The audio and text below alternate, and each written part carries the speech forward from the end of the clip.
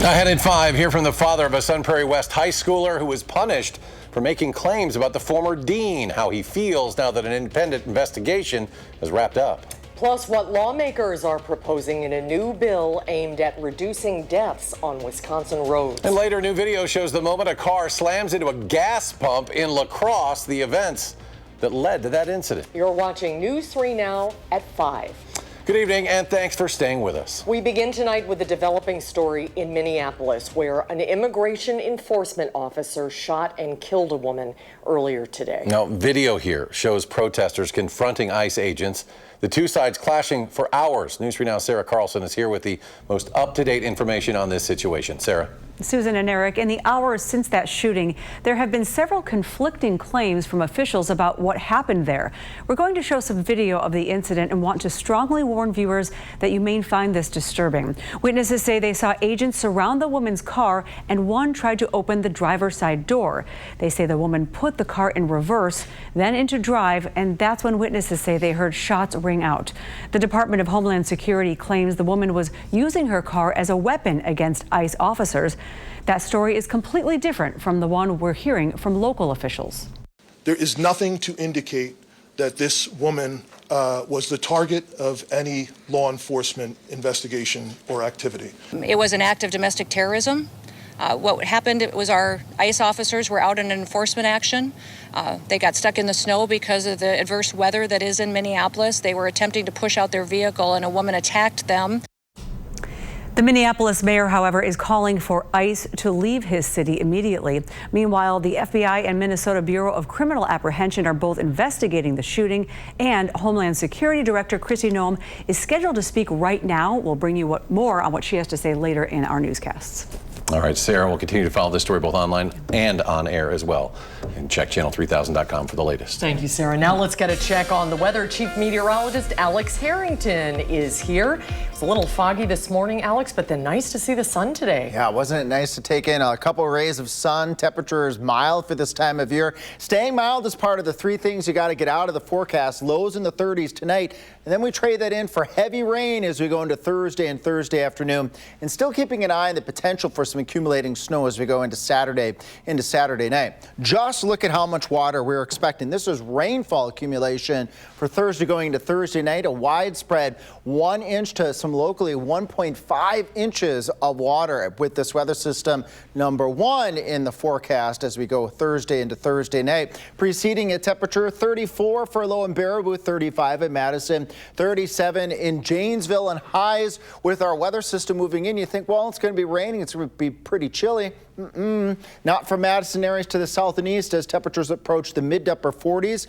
maybe a couple areas down towards Janesville sneaking the 50s. And then our alert day conditions for Saturday. We have some changes that we need to talk about here with the potential still for accumulating snow, but there may be some factors that go into lower snow totals. We'll talk about that coming up in a little bit. All right. Thank you, Alex. We have some new information this evening. The Lafayette County Sheriff's Office is identifying the two people who were killed in a fire yesterday in the town of Shullsburg. 66-year-old Mark Curtis and 66-year-old Tammy Curtis died after a fire at their home on Dunbarton Road. The two had recently moved to the home from South Wayne.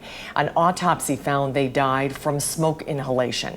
There is no evidence of anything suspicious, but the cause of the fire is still under investigation. Right now, lawmakers in the state legislature are considering a bill that would toughen up the state's rules for people with reckless driving violations.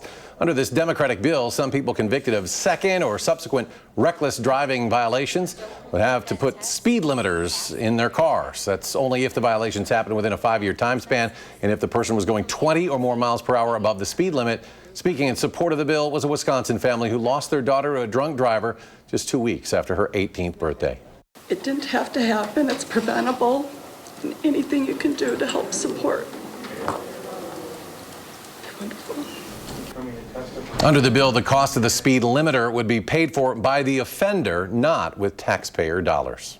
Now to continuing coverage of the former Sun Prairie West High School dean charged with child sex crimes. Now, yesterday we learned more about how staff responded to Robert Gilkey-Messegeyer's 15 felony charges, 13 for possessing child sexual abuse material and 2 for child sexual exploitation. In May of last year, police were told about allegations of Gilkey-Messegeyer's inappropriate relationship with a student. And then in June, the district placed him on leave. They ultimately would fire him. In July, the Dane County District Attorney charged the former dean of students with those 15 counts of child sex offenses. And then in August, the federal grand jury indicted Gilkey-Messegeyer on charges related to child sexual abuse material. Sun Prairie West and the school district have faced backlash for their handling of the situation. And then last night, the findings of an independent investigation into just what happened was released, providing a closer look at what staff knew. Tanisha Shaw has more. And Tanisha, you spoke to someone mentioned in this investigation. Yes. Hi, Eric and Susan. This 20-page investigation is more than 20 pages long, I should say. And I spoke to a parent of a student who is in this document, and they are suspended because they spoke out about a rumor that Robert Gilkey-Messegeyer was inappropriately involved with other students, crimes which he was ultimately charged with. That hurt as well, just because the adults in the school district are supposed to be there for our children and protect our kids, and it just seems like they failed to do that for her. That's how Tommy Bales felt after learning that his then 16-year-old daughter was suspended at Sun Prairie West in November 2024. It hurt, I guess, because I had no reason to doubt her. I have no reason to believe she would go around lying about something like that. According to the independent investigation conducted by an attorney for Sun Prairie West, on November 13th in 2024, Bell's daughter, who did not want to be named,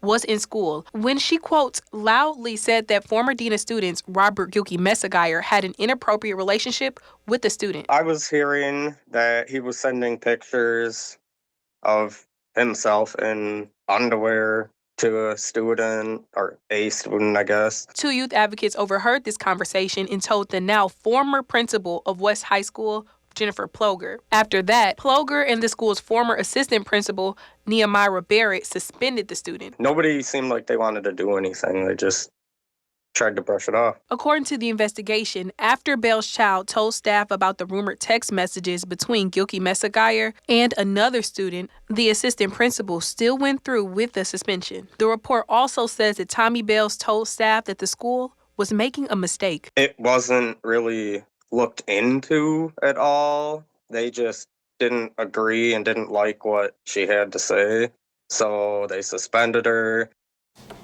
After this incident, principals at West advised Gilkey-Messegeyer to avoid interacting with the student that he was rumored to have an inappropriate relationship with. Tommy Bales told me that this incident is one of the reasons why his daughter had to switch schools. So, Tanisha, the incident happened back in November 2024. Gilkey-Messegeyer wasn't charged until July last summer. What happened in between that time? A lot happened within those several months. There's other instances involving rumors, and ultimately tips from students in about late May led to Gilkey-Messegeyer's arrest. And I'll have more information on this 20-page investigation in the coming days. But I reached out to all 7 of the school board members and Sun Prairie Area School District Superintendent, but all of them said that they do not have availability to talk to me today. Okay, we'll continue to follow it, Tanisha. Thank you. Tanisha, thank you. News 3 Now has been covering the case of Gilkey-Messegeyer and the backlash toward the school district for months now, and you can get updates on the case directly to your phone with our free Channel 3000 mobile app. Efforts to tackle hunger in Wisconsin are getting $5 million in support. The governor's office announcing today a grant program secured in the biennial budget passed last summer is providing those funds. Here's how it breaks down. Half of the money will go to the Hunger Task Force, Inc., and the other half will go to Feeding Wisconsin, which is based here in Madison. While announcing the funds, the governor cited uncertainty with federal funding for food security. Newly released video shows the moment a man in La Crosse crashed his car into a gas pump at a Quick Trip. The 25-year-old was leading police on a chase. This happened last Wednesday on New Year's Eve. Police say he was traveling well over 80 miles per hour when an officer first tried to stop him. Minutes after the chase began, police received reports of a crash. Witnesses helped the man get out of the car, and he ran away from police, but he ultimately surrendered and was booked into jail with minor injuries. Still ahead tonight at 5, Alex is back with a look at your first warn forecast, when to expect alert day conditions this week. And plus, we'll hear from a farmer about how the atypical winter weather is affecting her. And our Packers senior writer Jason Wilde gets the Packers' perspective on the Bears' starting quarterback, Caleb Williams, who has become a star in Chicago. And a look at Wall Street, a bad day for the Dow, which tumbles 466 points. The Nasdaq up 37. S&P 500 loses about 24. Stay with us. News 3 Now at 5. You're watching News 3 Now at 5.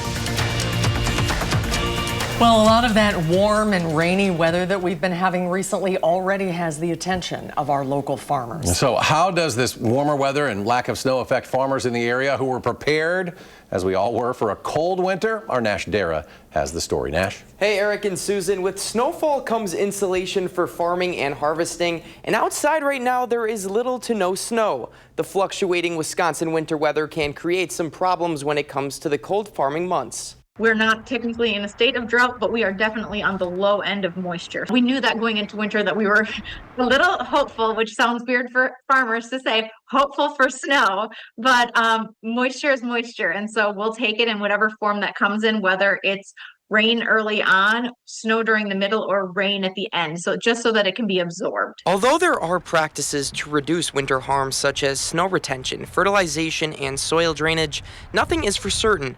Recent fluctuating weather has stirred question of if this heat wave and added precipitation will affect crops heading into the spring. If we get a cold spell following the warm up, the moisture that may still be on the surface can refreeze and form a layer of ice on the ground. And this layer of ice can damage crops like alfalfa because the crops can lose their oxygen supply, or they're trapped under the ice with byproducts like CO2 and ethanol, or they are also at risk of being exposed to those cold winter temperatures. Farms across Wisconsin have dealt with the slow and steady rainfall in the past couple of days, but there have been no issues of pooling this far. Schultz also shared that one of their rules as farmers is to leave their soil and environment in a better condition than they received it. With this comes finding beneficial solutions and practices, not only for this year, but for the next generation. That's a good perspective to have. Our farmers are dealing with a lot this year. Thank you, Nash. And let's head over to the Weather Center now.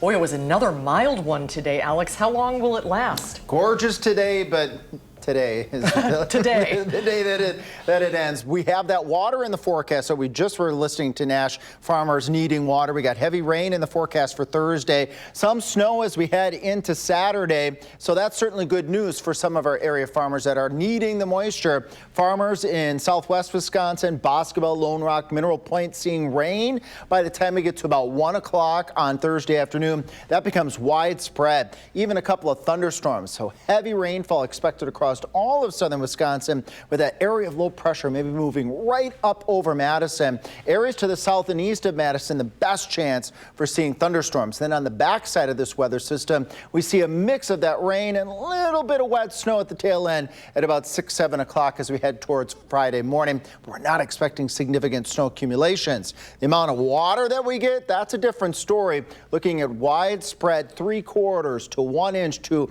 1.5 inches of water, with potentially that heaviest rain lining up from Platteville to Mineral Point, up towards the Dells, up towards Marquette and Green Lake counties. But that could shift east or west just a little bit. Nonetheless, you're going to need the umbrella on Thursday, not the snow shovel on Thursday going on into Friday. So let's break this down. 1 inch to 1.5 inches of water. Some ponding of water is a possibility because we do have partially frozen grounds and river ice jams. We can't rule that out as well with Thursday's rainy weather system. Then we turn our attention to weather system number 2. And this is the weather system that we were talking about over the weekend, earlier in the week, as we started calling out alert day headlines or alert day warning for the potential of accumulating snow for Saturday going into Saturday night for southern Wisconsin.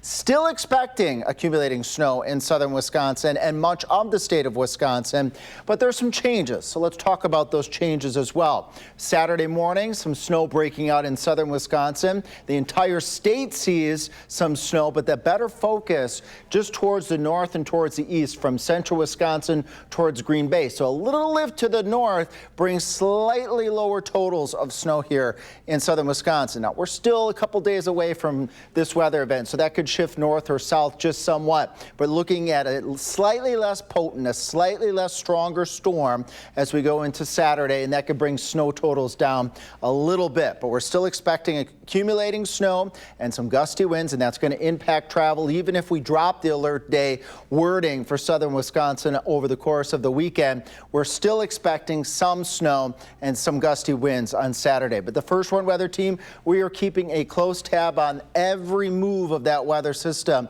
But as of today, it's looking a little less strong. Better moisture north and east of Madison. That could bring those snow totals down just a bit as we head towards Saturday. Beyond that weather system, then we have a period of what we can say calm weather overall for southern Wisconsin. Temperatures in the 30s, some 20s, lows at night in the teens to the lower 20s. So we need the water, as we were just talking about in our previous farmer package. We have some dry conditions in southern Wisconsin, and that water is going to help out. And then we got some snow to add more moisture, so hopefully that will help our farmers out a little bit. And then we'll get a drought monitor update next week to see how much that helped. All right, looking forward to that. Thank you, Alex. And you can track the forecast on the First Warn Weather app. You can download it for free in your phone's app store. Just search WISC Weather. The Packers get ready for Chicago. Much has been made of the new-look Bears under first-year head coach Ben Johnson. But it's also had a lot to do with improved play by their quarterback. Our Packers senior writer Jason Wilde has more on the emergence of Caleb Williams and what the Packers think of him. The Packers and head coach Matt LaFleur have seen now 2 years' worth of Caleb Williams, the Chicago Bears starting quarterback.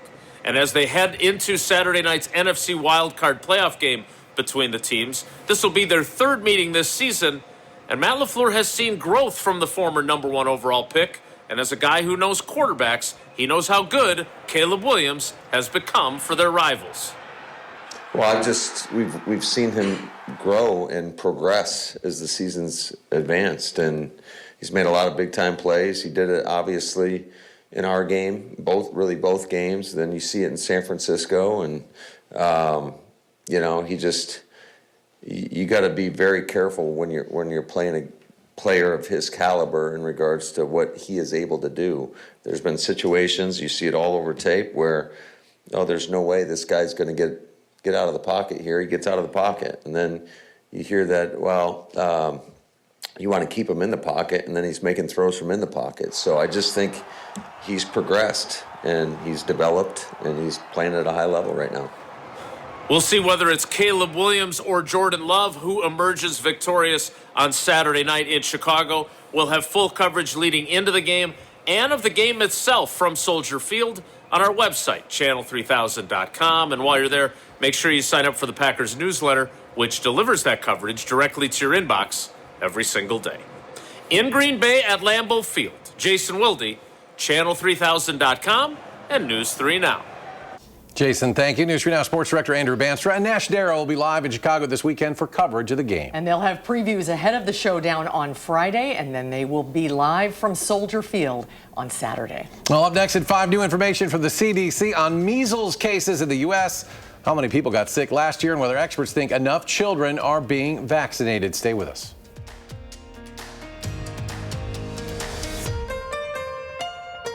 You're watching News 3 Now at 5. In national news, the Trump administration releasing video that shows U.S. forces seizing another oil tanker in the Caribbean, taking control of an oil tanker in the North Atlantic. The White House says it was a link to Venezuela, and the administration says the U.S. now has leverage over the interim authorities in Venezuela following the capture of President Nicolas Maduro.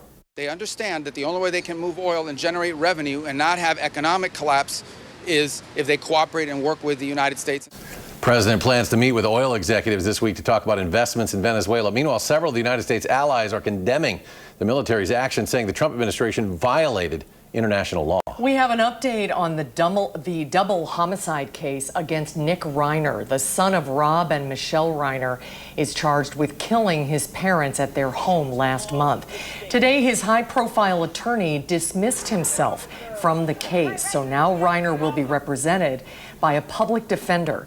His arraignment has been moved until February, and if he pleads not guilty and is convicted, he could face life in prison or possibly the death penalty. In health news, we now know the total number of confirmed measles cases reported in the U.S. this past year. CDC data shows for the full year of 2025, there were 2,144 confirmed measles cases, 49 outbreaks.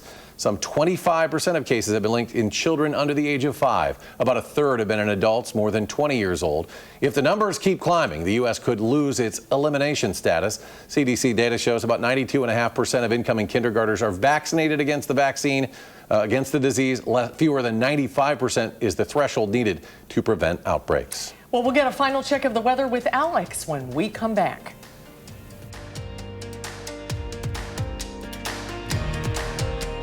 We're following the breaking news tonight. An ICE agent shoots and kills a woman during an ongoing immigration crackdown in Minneapolis. Our exclusive interview with Trump's border czar about the administration's tactics ahead on the CBS Evening News.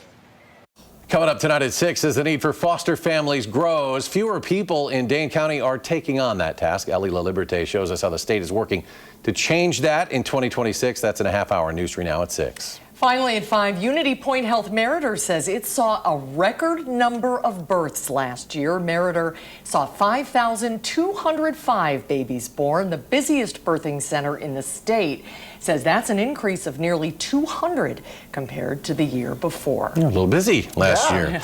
Alex, also busy monitoring the constant roller coaster of what is our weather. Yeah, what is it going to be today? What is it going to be tomorrow? Heavy rain tomorrow, so get ready for that. Even some thunderstorms, we can't rule those out as well. Heavy rainfall could pose some ponding and some localized ice jams on some of our area rivers. We'll be keeping an eye on that, and then keeping an eye on weather system number 2, the snow side of this weather system. That's Saturday for accumulating snow and some gusty winds. More on that coming up at 6. All right. Thank you, Alex. We'll see you at 6. Thanks for watching tonight at 5, everybody. We'll be back in 30 minutes for News 3 Now at 6. You can always find us streaming 24/7 at Channel 3000+.